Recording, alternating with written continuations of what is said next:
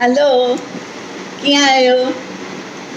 त तव्हांजी कल्पना दीदी अॼु हिकु ॿी चवणीअ सां हाज़िर आहे। अॼु जी चवणी आहे,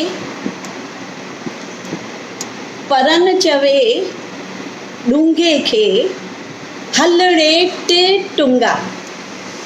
परण परण माना छाणी, जंहिंमें सवें सोराख हूंदा आहिनि, उहो चवे थो डूंगे खे। डूंगो माना जेको नारेल जो अधु खोपो हूंदो आहे, उन में हेठां टे टुंग हूंदा आहिनि, उनखे चवेसि थो हलड़े टे टुंगा। हाणे तव्हां सम्झो था, मूं में पहिरियों खां ई हज़ारे सोराख आहिनि, मां एॾो ऐबनि सां भरियो पियो आहियां, ऐं कंहिंखे थो चवां जंहिंमें सिर्फ़ु टे ऐब आहिनि, मां उनखे थो चवां कि हलड़े टे टुंगा। साॻियो मतिलबु में चवे गांइ खे हलड़ी पुछ कारी। पाण सॼी कारी लॻी पई आहे, पर गांइ खे ख़ाली पुछ कारो आहे, त उनखे चवेसि हलड़ी पुछ कारी। चवण जो मतिलबु इहो आहे त असीं बंदा गंदा आहियूं, असीं ॾाढा सेल्फिश आहियूं, ख़ुदि गर्ज़ आहियूं। जॾहिं असीं ॿिए हंधि हिकु आङुर खणूं था त ही टे आङुरियूं असां वटि थियूं अचनि, माना असीं ओतिरा टे दफ़ा वधीक दोषी आहियूं। तंहिंजे लाइ इहे चवणियूं असांजा वॾा चई विया आहिनि, इहे पहाका हुननि पंहिंजे तजुर्बे मां हासिलु कया आहिनि ऐं असां ताईं पहुचाया आहिनि, त जीअं असीं उन्हनि जे नक्शे क़दमनि ते हली सघूं। असां ऐबनि सां भरिया पिया आहियूं, असां में सवें लखें ऐब आहिनि, पर असां उहो सम्झूं नथा।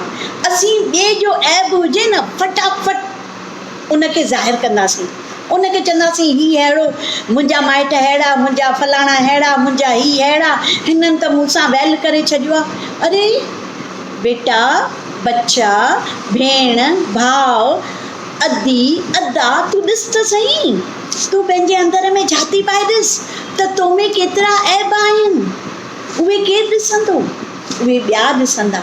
असांखे पंहिंजा ऐब ॾिसण नथा अचनि ऐं असीं इहे परावनि ऐबनि खे खणी करे पाण में हिकु दरार पैदा था कयूं, हिकु दीवार पैदा था कयूं, हिकु लाइन पैदा था कयूं, जंहिंसां अलॻि अलॻि थी था वञूं।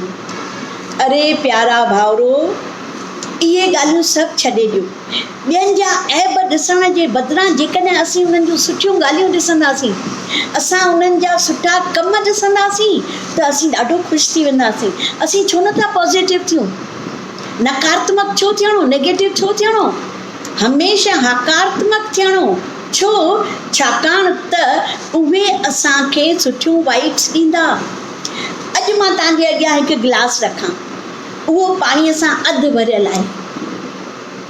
जेको नेगेटिव माण्हू हूंदो उहो चवंदो गिलास तो आधा ख़ाली है, पर केरु असांखां पुछे या ॿिए कंहिंखां पुछे त भैया ही गिलास जो तूं ॿुधाए डेफिनेशन, चवंदो अरे यार ही त अधु भरियल आहे, माना केॾो न पॉज़िटिव आहे।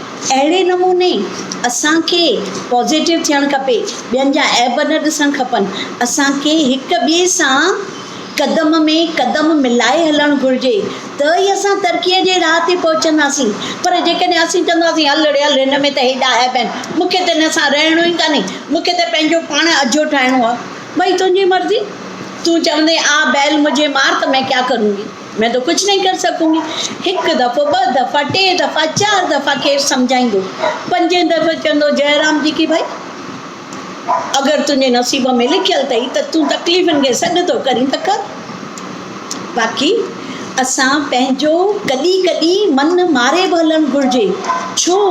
छाकाणि त लोह खे जेतिरो कुटबो गरम करे ओतिरा ॿ जल्दी थींदा।